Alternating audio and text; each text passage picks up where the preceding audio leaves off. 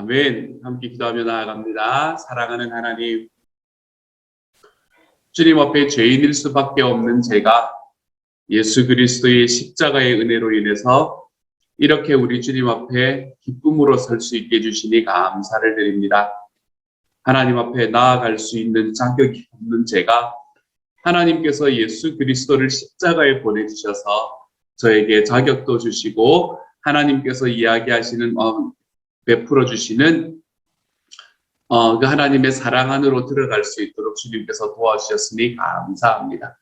주님, 제 위에 하나님께서 제 위에 권위가 되신다라는 것을 늘 인정하며 살아갈 수 있게 하시고 주님께서 나의 삶에 주신 은혜가 있기 때문에 주님, 내가 그 은혜 때문에 내 주님을 나의 주님으로 모시고 살아갑니다. 하나님 앞에 늘 고백하며 걸어가 볼 수 있는 하나님이 먼저이고 내가 세컨드인 하나님의 사람이 될 수 있도록 하나님께서 도와주옵소서. 모든 말씀 우리 주님 예수님 이름으로 기도드립니다. 아멘.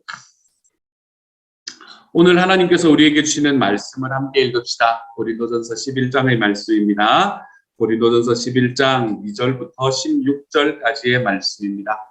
고린도전서 11장 2절부터 16절까지의 말씀. 우리 같은 목소리를 읽도록 하지요. 2절부터 16절까지의 말씀입니다. 함께 읽습니다. 시작. 너희가 모든 일에 나를 기억하고 또 내가 너희에게 전하여 준 대로 그 전통을 너희가 지킴으로 너희를 칭찬하노라. 그러나 각 남자의 머리는 그리스도요 여자의 머리는 남자요 그리스도의 머리는 하나님이시라. 물은 남자로서 머리에 무엇을 쓰고 기도나 예언을 하는 자는 그 머리를 욕되게 하는 것이요 물은 여자로서 머리에 쓴 것을 벗고 기도나 예언을 하는 자는 그 머리를 욕되게 하는 것이니 이는 머리를 민 것과 다름이 없음이라. 만일 여자가 머리를 가리지 않거든 깎을 것이요 만일 깎거나 미는 것이 여자에게 부끄러움이 되거든 가릴지니라. 남자는 하나님의 형상과 영광이니 그 머리를 마땅히 가리지 않거니와 여자는 남자의 영광이니라. 남자가 여자에게서 난 것이 아니요 여자가 남자에게서 났으며 또 남자가 여자를 위하여 지음을 받지 아니하고 여자가 남자를 위하여 지음을 받은 것이니 그러므로 여자는 천사들로 말미암아 권세 아래 있는 표를 그 머리 위에 둘지니라. 그러나 주 안에는 남자 없이 여자만 있지 않고 여자 없이 남자만 있지 아니하니라. 이는 여자가 남자에게서 난 것 같이 남자도 여자로 말미암아 났음이라. 그리고 모든 것은 하나님에게서 났느니라. 너희는 스스로 판단하라. 여자가 머리를 가리지 않고 하나님께 기도하는 것이 마땅하냐. 만일 남자에게 긴 머리가 있으면 자기에게 부끄러움이 되는 것을 본성이 너희에게 가르치지 아니하느냐. 만일 여자가 긴 머리가 있으면 자기에게 영광이 되나니 긴 머리는 가리는 것을 대신하여 주셨기 때문이니라. 논쟁하려는 생각을 가진 자가 있을지라도 우리에게나 하나님의 모든 교회에는 이런 관례가 없느니라. 아멘. 아멘. 설교하기가 좀 힘든 본문 그런 부분입니다. 오늘의 말씀에서 이전까지 사도 바울은 무엇에 관한 이야기를 했나 하면 고기를 먹는 것에 관한 이야기를 쭉 이야기를 하고 있었습니다. 고기를 먹는 것에 대한 권면들을 쭉 하고 한 2장에 걸쳐서 하고 그리고 그 권면이 끝나고 났더니 이제 사도 바울은 그 다음 문제로 넘어가게 됩니다. 사도 바울이 넘어간 다음 문제, 권면의 문제는 뭔가 하면 구체적으로 공예배 시에 남자와 여자가 머리에 무엇을 써야 하느냐 써야 하지 않느냐라는 것에 관한 것입니다. 이 말씀을 바라보려면 우리는 그때 당시의 상황을 조금 이해를 할 줄 알아야 됩니다. 먼저 그때 당시의 상황에서는 일단은 먼저 결론적으로는 바울은 남자는 머리에 뭐를 쓰거나 머리를 길게 해서는 안 되고 여자는 머리에 무엇을 써야 한다라고 이야기를 합니다. 그러면 요즘에 머리를 기르는 것은 남자가 머리를 기르는 것은 영광스럽지 못하고 여자들은 지금 아무도 머리에 뭘 쓰고 이렇게 예배를 드려야 하는 분은 없잖아요. 스스로 쓰신 분들은 계신다 하더라도 그러면 그거는 아니냐. 이것은 당시의 관습에 비추어서 좀 이해할 줄 알아야 됩니다. 요즘하고는 조금 다르게 그때 당시에는 남자가 머리에 뭔가를 쓴다라는 것은 자기를 과시하기 위한 모습이었어요. 남자가 머리에 뭔가를 쓰는 것은 요즘처럼 이렇게 안 감은 머리를 가리고 싶은 그런 마음이 아니고 이게 뭔가 자기가 가지고 있는 것을 과시하고 싶은 마음에 머리에 뭔가를 쓰는 겁니다. 예전에 여러분 우리나라에 그 대왕 대비 마마들 이런 분들 있잖아요. 사극 같은 거 보시면 그분들 머리에 이렇게 막 얹고 하는 거 여러분 보신 적 있으시지요? 그런 거라고 생각을 하시면 됩니다. 그런 거하고 좀 비슷한 거라고 생각을 하시면 돼요. 그래서 내가 얼마나 내 머리를 더 화려하게 꾸미느냐, 내 머리에 얼마나 더 화려한 것이 있느냐라는 것에 따라서 그 사람의 영광스러움을 좌지우지하는 거라고 생각을 하시면 돼요. 사극이 좀 생각이 좀 그러시면, 이야기가 좀 그러시면, 요즘 시대를 보면, 왜, 시계 이렇게, 미국 사람들 되게 비싼 시계 가지고 나와가지고 이렇게 하면서 이제 뭐 인터뷰도 하고 이러는 거 여러분 보신 적 있으신가요? 특히 요즘 래퍼 같은 이런 친구들 보면 자기 시계가 막 금딱지 시계가 몇 개다면 이런 거 자랑하고 하는 그런 거잖아요. 그런 거 비슷하다고 생각을 하시면 됩니다. 그때 당시에 남자가 머리에 무언가를 쓴다라는 것은 그런 사회적인 의미를 가지고 있었어요. 특별히 머리를 또 기른다라고 이야기하는 것은 여성성을 강력하게 드러내는 모습이었습니다. 그때 당시에는요. 여성성을 강력하게 드러내는 모습이었어요. 반대로 여자가 머리에 무엇을 쓰지 않고 풀어헤치는 모습은 요즘과는 좀 다르게 그때는 성적으로 자기를 드러낸다라는 의미를 가지고 있었어요. 그러니까 이제 머리에 뭔가를 쓰지 않고 내가 이렇게 풀어헤친다라는 것은 성적으로 나를 이렇게 밖에 누구인 게 드러내서 이제 유혹을 하는 그런 느낌으로 살 때 이게 머리에 뭔가를 쓰지 않고 자기의 머리를 풀어헤쳤던 것이 그때 당시의 관습이었어요. 그런 관습이 있었기 때문에 사도 바울은 무엇이라고 이야기를 하냐면 오늘의 말씀에서 남자는 뭔가 머리에 쓰는 것이 아니고 여자는 그 머리에 뭔가를 써야 한다라고 이야기를 합니다. 그러므로 사도 바울이 지금 이야기하고 있는 이 이야기, 남자는 머리에 쓰면 안 되고 여자는 머리에 뭔가를 써야 한다라고 이야기하는 것은 일관적으로 무엇을 의미하고 있냐면 자기가 가지고 있는 자랑거리를 사람들에게 내놓는 것에 관한 것을 지금 계속해서 이야기를 하고 있는 거예요. 어떤 공동체에 들어왔을 때에 아니면 어떤 모임에 갔을 때에 너의 영광이 드러나는 부분들에 대해서 너는 좀 물러설 줄 알아야 된다. 이걸 이야기하고 있는 게 지금 머리에 쓰냐 안 쓰냐라는 이야기를 통해서 사도 바울이 하고 있는 이야기가 되는 거죠. 이런 이야기들이 지금의 시대에서도 사실은 좀 갈리고 있잖아요. 그렇죠?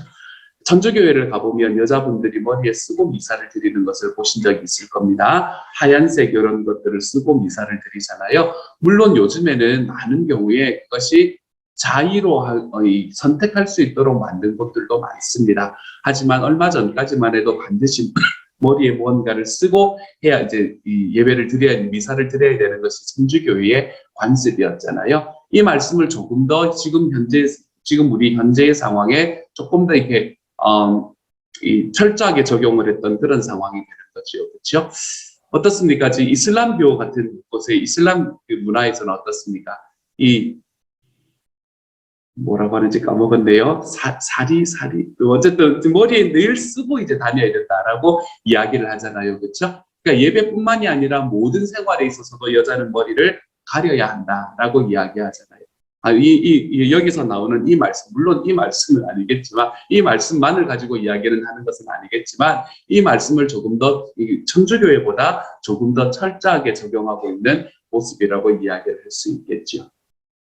그렇기 때문에 사도 바울이 지금 이 이야기를 할 때 우리는 그때 당시의 사회적 상황을 좀 인정하고, 그러면 그때 당시의 사회적 상황 속에서 사도 바울이 이 말씀을 하는 의미가 무엇인가? 그 속을 흐르는 의미가 무엇인가라는 것을 우리가 좀 판단할 수 있어야 되는데 그 속을 흐르는 의미는 무엇이었나 하면 공동체 속에서 하나님의 공동체 속에 들어와 있을 때에는 내가 가지고 있는 자랑이 드러나지 않도록 해라 라고 이야기하는 게 지금 사도 바울이 말하고 있는 의미가 되는 거예요. 그러므로 요즘에는 우리가 왜 머리 가지고 막 그렇진 않지 않습니까? 그렇죠? 이 주일날 아침마다 샵에 가셔가지고 머리를 막 하고 오시고 이런 분들은 잘 안 계시잖아요. 그렇죠? 근데 요즘에는 우리가 오히려 공동체 속에서 자기를 드러내는 방식이 어떤 방식들이 더 있을까요? 막 화려한 옷이 입는 게 잘못된 것은 아니지만 어쨌든 그것으로 나를 막 드러내려고 하는 그러한 모습들. 그거는 또 조금 약한 부분인 것 같고, 요즘에 더 많이 나타나는 것은 오히려 내가 가지고 있는 소유, 이런 것들로 더 많이 자랑하죠. 그렇죠? 내가 이 정도 갖고 있는 사람인데 이런 거 있잖아요. 그렇죠? 그렇기 때문에 이 사도 바울이 이야기하고 있는 지금 여인들이 머리를 무언가를 써야 되냐 써야 되지 않아야 하느냐라는 이야기는 지금 우리의 삶으로 바라보면 내가 가지고 있는 소유를 가지고 또는 내가 다 소유인 거기는 하죠. 내가 갖고 있는 특징들을 가지고 공동체 안에서 자랑하면서 살아가는 삶. 우리가 그것에 관한 것에서 한 발 물러서는 것이 맞지 않느냐라는 이야기를 하고 있는 겁니다. 하나님의 공동체인 교회 안에서 우리가 자랑할 수 있는 것은 무엇입니까? 하나님의 교회 안에서 자랑할 수 있는 것은 나의 소유가 아닙니다, 여러분. 하나님의 공동체 안에서 자랑할 수 있는 것은 뭐죠? 오직 우리 하나님으로 자랑하라 라고 이야기하는 게 사도 바울의 권면인 거죠. 하나님의 공동체 안에서는 우리는 하나님으로 자랑해야 됩니다. 내가 하나님을 만났다는 것, 그리고 내 하나님께서 나의 삶을 어떻게 지켜주셨다는 것, 우리가 이런 것들로 자랑하면서 살아갈 줄 아는 삶이 되어야 한다는 거예요. 오늘의 말씀을 바라보면 오늘의 말씀을 잘못 이해하면, 그리고 성경 전체를 바라보면서 우리가 그때 당시의 시대적인 시대와 문화에 맞도록 해석하지 못하면 성경은 여성들에게 굉장히 harsh하다고 생각하는 경우가 많습니다. 굉장히 여성들을 좀 낮추는 경향이 있다라고 생각하는 경우가 많습니다. 오랫동안 교회가 그렇게 이야기를 해왔지요. 남성이 여성의 머리가 되어야 하는 이유에 대해서 뭐라고 이야기를 했냐면, 남자가 여자보다 먼저 창조되었기 때문이다 라고 이야기를 했었죠. 남자가 여자보다 먼저 창조가 되고 아담의 뼈에서, 갈비뼈에서 하와가 나왔기 때문에 여성들은 늘 남자들을 돕는 존재의 자리에 머물러 있어야만 한다라고 이야기하면서 지내왔던 게 사실은 교회의 역사이기도 합니다. 그렇기 때문에 제가 그것이 완전히 오해입니다라고 이야기할 수는 없는 게, 교회가 굉장히 오랫동안 그렇게 가르쳐 왔기 때문이에요. 또한 이것이 우리나라에 있는 유교적인 문화와 가부장적인 문화와 또 잘 합해져 가지고 이게 남자가 항상 우선이다라고 이야기를 하는 것으로 좀 변질되어 갔던 면이 분명히 있습니다. 하지만 성경은 그렇게 이야기하지는 않아요. 너무나 많은 경우에 그렇게 이야기를 하지 않습니다. 이 아담과 하와에 관한 이야기를 예전에 제가 프린스턴에서 유학을 하고 있을 때 저하고 같이 왔던 그 누님이 계셨거든요. 이 누님이 여성신학을 하시는 분이셨어요. 그래서 저랑 얼마나 대화를 많이 했는지 모릅니다. 말이 대화지 얼마나 많이 싸웠는지 몰라요. 제가 그때 여성의 중요성에 대해서 제가 그 1년 동안 알았던 것 같아요. 결혼하자마자 이제 저희 아내도 없고 하니까 만날 이야기할 사람들이 그 친구들밖에 없었거든요. 같이 유학 나왔던 사람들밖에 없었거든요. 그래서 그 누님이 저에게 이야기를 하셨던, 지금은 목사님이 되셨지만 어쨌든 그 누님이 저에게 이야기하셨던 말씀이, 야, 너는 하와가 왜 나중에 창조됐는지 알아? 이렇게 이야기해서, 아니 하나님께서 다른 남자를 더 소중히 여기시니까 그런 게 아닙니까? 그때만 해도 그럴 때였어요. 그런 게 아닙니까? 라고 이야기를 하니까 그분이 그러시더라고요. 에이, 너 같은 사람이 있으니까 문제지. 이러면서 주인공은 항상 언제 나와? 주인공이 생각해보니까 주인공은 항상 마지막에 나오더라고요. 그러니까 하나님께서 가장 완전하게 맞는 게 여자라는 거 알겠냐? 니는 아니야? 막 이러면서 이야기를 하면서, 그런 이야기들을 하면서 우리가 함께 시간을 보냈던 때가 있었습니다. 제가 어제 말씀의 삶을 함께 공부를 하면서 슬로보아스의 네 딸들에 관한 이야기를 하게 되었었어요. 이 민수기에 보면 슬로보아스의 네 딸들이라는 사람이 나오거든요. 이 슬로보아스의 네 딸들은 가나안 땅으로 들어가기 전에 광야에 머물러 있는 이 광야 2세대의 사람들이었는데, 그 광야 2세대 사람들로서 이 사람들은 뭐를 잃어버린 사람인가 하면 자기 아버지를 잃어버렸고, 그리고 자기 남편들을 다 잃어버린 사람들인 거예요. 그래서 죄송합니다. 자기 아직 결혼을 하지 않은 사람들인 거예요. 그러니까 슬로보아스의 네 딸들은 이제 가나안 땅에 들어가게 되면 자기에게 올 이 땅이 없어지는 그런 상황인 거예요. 그때는 왜 주로 남자들에게만 땅이 가는 그런 시대였었잖아요. 그렇죠? 자기에게 돌아오는 분깃이 하나도 없어지는 상황인 거예요. 그래서 모세에게 나옵니다. 저는 이 네 사람이 정말 대단했다고 생각해요. 모세에게 나와가지고 뭐라고 이야기하냐면, 아니, 우리에게도 땅을 줘야 되지 않습니까? 우리가 어떻게 이렇게 먹고 살 수 있단 말입니까? 어떻게 해야 먹고 살 수 있단 말입니까? 라고 이야기를 하기 시작을 합니다. 그랬더니 슬로바스의 네 딸들과 네 딸들에게 뭐라고 이야기를 하냐면, 너희가 결혼을 하게 되면 그 결혼한 사람들하고 함께 가질 수 있는 땅을 만약에 그 전에 결혼을 하지 않는다고 하더라도 너희에게 주마라고 약속을 합니다. 여인에게 땅이 가는 굉장히 상징적인 사건이었기도 했었어요.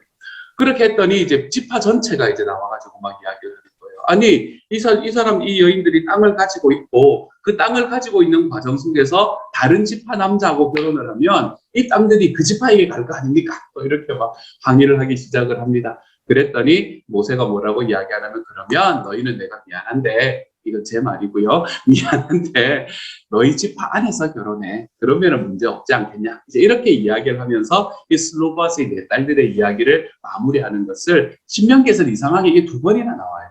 별로 중요해 보이지 않는 것 같은 이 이야기가 두 번이나 나옵니다. 이러한 이야기들을 통해서 하나님께서는 우리에게 계속해서 뭐라고 이야기를 하냐면, 성경은 절대로 남자를 높이고 여자를 낮추는 책이 아니다라고 이야기하는 것을 계속해서 이야기해 주는 것 같아요. 제가 어제 이제 말씀의 삶을 하면 늘 매주 자기 레마의 말씀을 나누거든요. 레마의 말씀을 나누는 과정 속에서 제가 나누었던 말씀이 이 사무엘상 1장의 말씀, 한나의 기도 중에서 나왔던 이야기였습니다. 한나의 기도, 사무엘상 2장 말씀. 한나의 기도 속에서 한나가 뭐라고 이야기하냐면, 하나님께서는 이 세상에 강한 자를 낮추시고 하나님께서 약한 자를 높이신다라고 이야기하시는 그 말씀이 저의 마음에는 언제나 와닿습니다. 하나님의 말씀은 언제나 약한 자들을 높이시고 강한 자들을 낮추시는 것, 이것이 하나님께서 우리에게 주시는 하나님의 방식이 되는 거예요. 그렇기 때문에 하나님께서는 성경 전체를 통해서 결코 여인들에 관해서 여성들은 남성들을 반드시 따라야 되고 여성들은 남성들에게 복종해야만 하는, 마치 돕는 배필로만 살아야 되는 그림자 같은 삶으로 우리에게 이야기하지 않으셨습니다. 아니, 남자가 아내는 남편에게 복종하라는 성경의 말씀이 있지 않습니까? 있어요. 근데 그 말씀은 항상 뭐하고 같이 봐야 되냐면, 저는 부부의 삶을 하면서 늘 이야기를 드리는 거지만, 그 말씀은 늘 뭐하고 같이 봐야 되냐면, 아내는 남편에게 복종해야 되지만 남편은 아내를 사랑해야 된다라는 말하고 항상 같이 붙어서 봐야 됩니다. 이거는 하나가 다 떨어져서 나올 수가 없는 말씀이에요. 남편은 아내를 사랑하고 아내는 남편에게 복종하는 거예요. 그런데 여러분, 아내가 남편에게 복종하는 것은 그냥 복종하라 그래요. 그런데 남편이 아내를 사랑하라는 말에는 꾸미어가 붙습니다. 수식어가 붙습니다. 어떤 수식어가 붙는지 아시나요? 주님께서 교회를 사랑하신 것처럼 사랑하라, 이렇게 이야기를 해요. 주님께서 교회를 어떻게 사랑하셨어요? 죽기까지 사랑하셨단 말이에요. 그러니까 이거는 뭔가 하면, 아내들은 남편들에게 복종 좀 해주면 되고 남편들은 아내들을 위해서 죽어야 된다, 이걸 이야기를 하고 있는 거라니까요. 저는 말씀을 보면, 야, 남자로 태어나는 게 진짜 쉬운 게 아니구나 하는 것을 제 삶 속에서 참 많이 경험하게 되는 그런 말씀인 것 같아요. 하나님께서는 우리에게 언제나 남자라고 더 높은 지위를, 또는 여성이라고 더 높은 지위를 이야기하는 것이 아닙니다. 하나님께서는 이 세상을 공동체로 살아갈 때에 남자와 여자라는 이 틀에 매이지 말고 서로를 사랑하는 공동체로 만들어가기를 원하셨기 때문에 그래요. 하나님께서 삼위일체가 되시면서 그 삼위일체이신 하나님의 모습이 그런 모습이었잖아요. 서로를 정말 사랑하시는 모습. 그러한 사랑하시는 공동체의 모습으로 이 땅을 살아가기를 원하시는 게 하나님께서 우리에게 주시는 방법이지, 누가 누구보다 낫고 누가 누구보다 못하고 우리에게 이걸 이야기하는 것이 아니라는 겁니다. 그래서 저는 요즘에 미국 사회는 제가 정확히 모르겠지만 미국 사회는 그나마 좀 나은 것 같나요?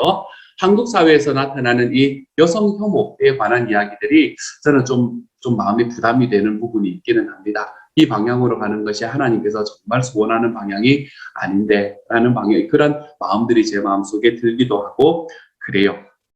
그래서 사도 바울이 오늘 말씀에서 이야기하는 남녀 관계에 대한 본질적인 원칙, 제가 여러분에게 이야기 드렸던 이 모든 것들을 다 합해서 사도 바울이 이야기하는 본질적인 원칙이 무엇인가 하면, 남자가 여자의 머리라는 것을 인정하면서도 동시에 남자와 여자는 주님 안에서 동등하다라고 주장하는 거예요.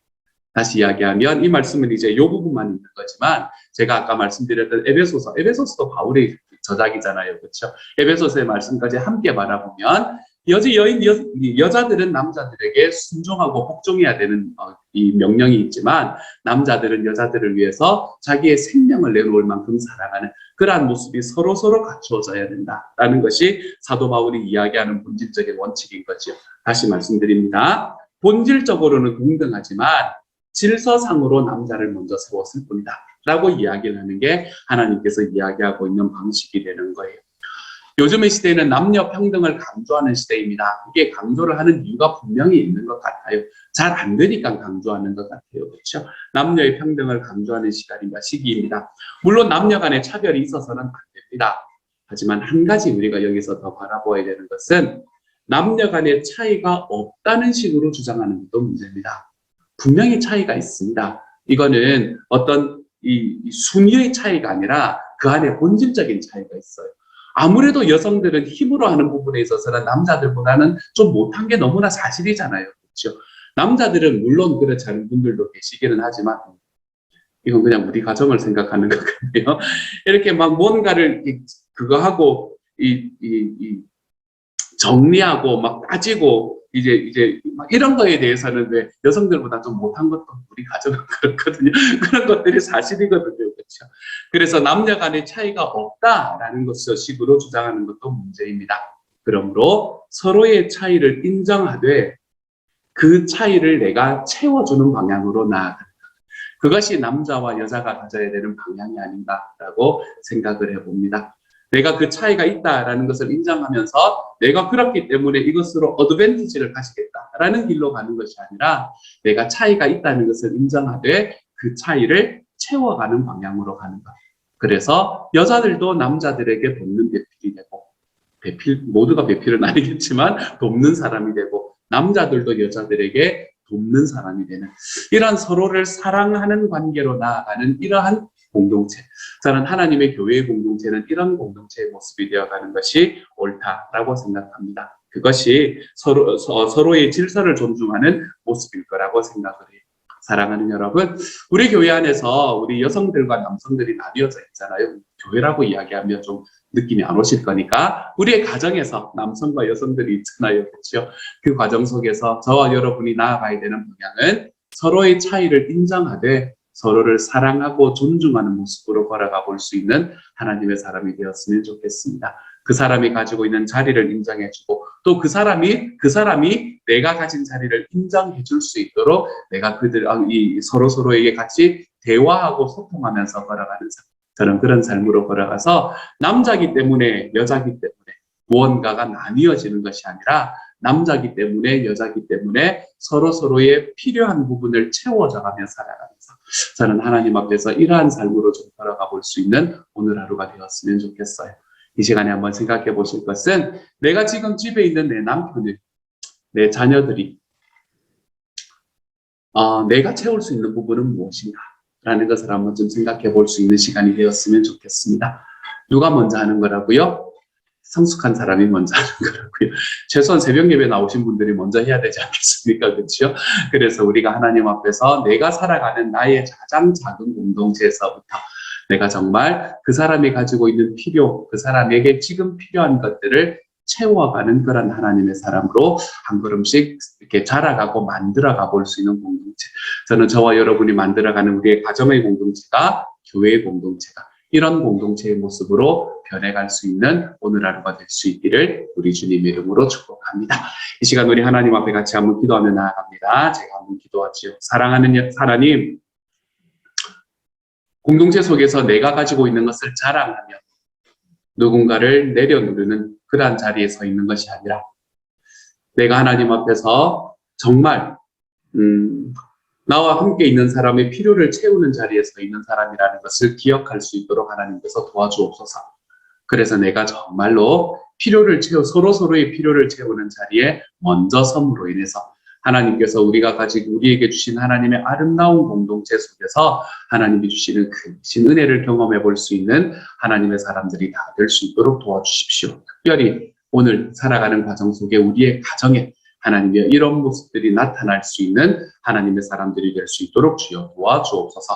모든 말씀 우리 주님 예수님 이름으로 기도드립니다. 아멘. 하늘에 계신 우리 아버지여, 이름이 거룩히 여김을 받으시오며 나라의 마옵시며 뜻이 하늘에서 이룬 것 같이 땅에서도 이루어지이다. 오늘날 우리에게 일용할 양식을 주옵시고 우리가 우리에게 죄 지은 자를 사하여 준 것 같이 우리 죄를 사하여 주옵시고 우리를 시험에 들게 하지 마옵시고 다만 악에서 구하옵소서. 대개 나라와 권세와 영광이 아버지께 영원히 있사옵나이다. 아멘.